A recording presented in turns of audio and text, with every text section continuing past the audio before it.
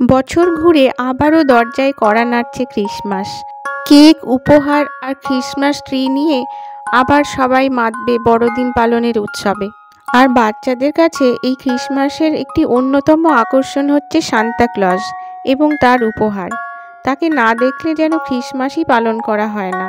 ক্রিসমাসের আগের রাতে বাড়ি বাড়ি গিয়ে বাচ্চাদের ঝোলানো মোজায় সান্তার উপহার দিয়ে আসার একটা কিংবদন্তি চলে আসছে বহু বছর ধরেই। কিন্তু কিভাবে এই কিংবদন্তি শুরু হলো? কে এই সান্তা ক্লজ আর কোথা থেকেই বা তিনি এলেন? এসবের পিছনে রয়েছে অনেক ইতিহাস।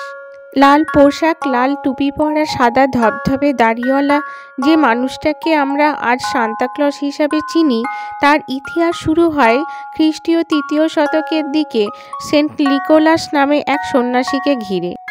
২৮০ সালের দিকে বর্তমান তুরস্কের পাতারা নামক অঞ্চলে তার জন্ম হয়েছিল বলে ধারণা। তার পিতা ছিলেন একজন ধনী ব্যক্তি। এক মহামারীতে তিনি অল্প বয়সে তার পিতামাতাকে হারান।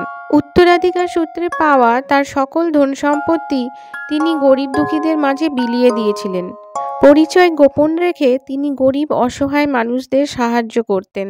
শোনা যায় একবার তিনি ক্রীতদাস হিসাবে বিক্রি হওয়া থেকে ৩টি বোনকে রক্ষা করেন এবং তাদের বিয়ের জন্য যৌতুক ও যাবতীয় খরচ তিনি এক মোজার ভেতর জানলার ভিতর দিয়ে তাদের বাড়িতে রেখে আসেন।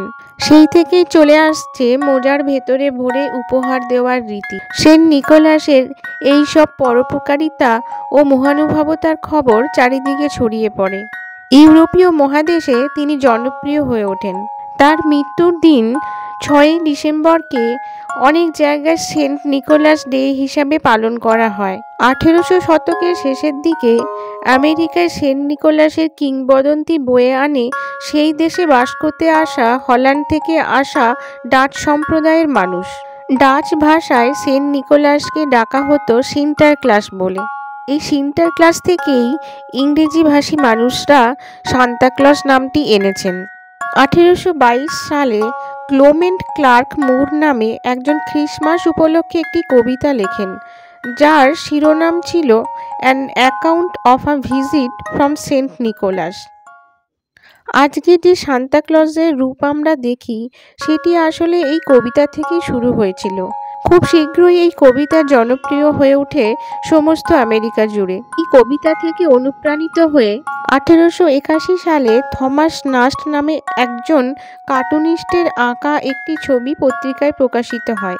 এতে দেখা যায় সান্তা ক্লজ হরিণে টানা গাড়িতে চড়ে কাঁধে উপহারের ঝোলা নিয়ে বাচ্চাদের বাড়ি বাড়ি গিয়ে উপহার দিচ্ছে। এভাবে সারা বিশ্ব জুড়ে ক্রিসমাসের আগের রাতে বাচ্চাদের ঝোলানো মোজায় উপহার দেওয়ার রীতিটি চলে আসছে। শিশুরা বিশ্বাস করে সান্তা সত্যিই আছে এবং বড়দিনের আগের রাতে সে উপহার নিয়ে আসে। বাচ্চারাও খুব ভালোবাসে তাদের প্রিয় সান্তাকে।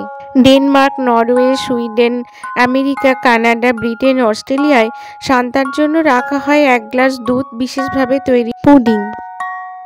কিংবদন্তি অনুসারে সান্তা মানুষের কাছে নিজেকে গোপন রাখার জন্য থাকতেন উত্তর মেরুর ফিনল্যান্ডে। রোভেনিয়ামের কাছে এখনও আছে সান্তা ক্লজ ভিলেজ। সান্তা ক্লজের বাড়ি